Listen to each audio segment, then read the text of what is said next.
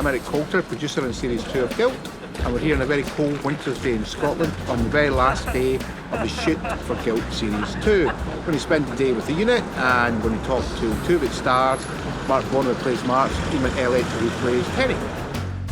We were all surprised at the reception the Series 1 got. I think there's a whole conglomeration of things that have to happen around something being as much of a success as it was, and whoever was in charge pressed the right buttons at the right times, you know. And it was lovely, really lovely, because it was something that we loved so much. So to see it become something that everybody loved so much was a great joy.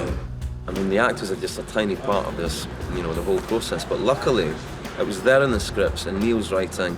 The creative team was there, all the ingredients were there for this to be this beautiful piece of drama, and I think it absolutely got there, and it actually exceeded my expectations.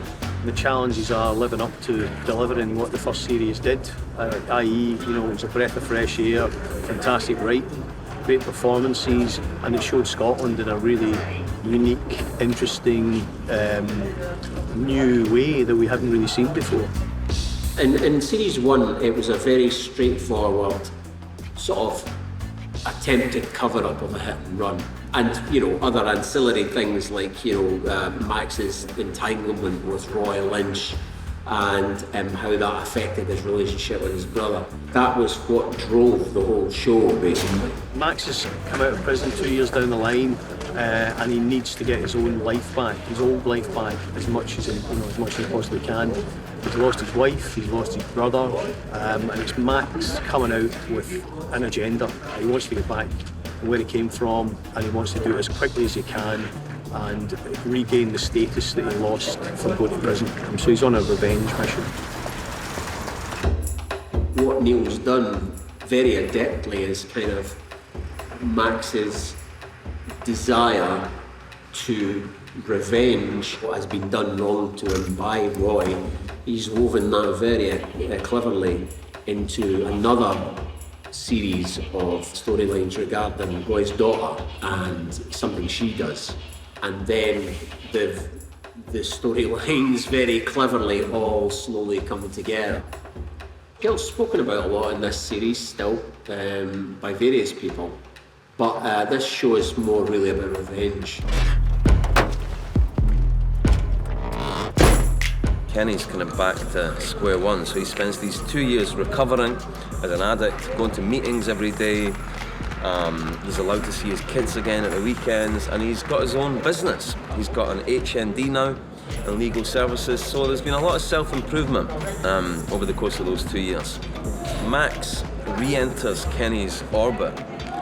I mean, Kenny has very mixed feelings about Max. On one side, he knows that Max is bad news, that Max is just out of prison.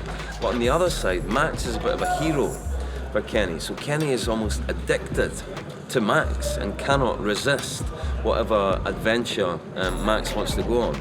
So Kenny and Max end up getting together to form this business partnership. Max runs the practice, Kenny works the punters, and all's going very well until a bit of criminality enters the equation.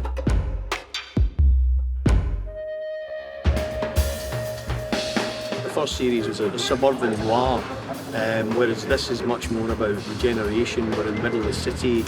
It's a bit more about seeing more of Edinburgh, making that much more of a character in the show. There's been challenges. We're shooting in the middle of winter here. I don't know if you can see, but we were with a snowplow out this morning, trying to clear the snow. I mean, it was, you know, challenging in being up top of Cullen Hill in the pissing rain and the wind. But, you know, that all adds to the kind of heaviness of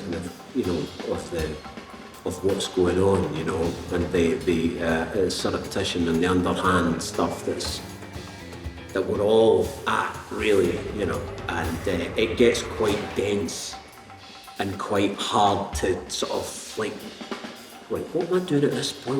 And then I think the atmosphere is a bit like that anyway, you know, certainly in Max's head. You know.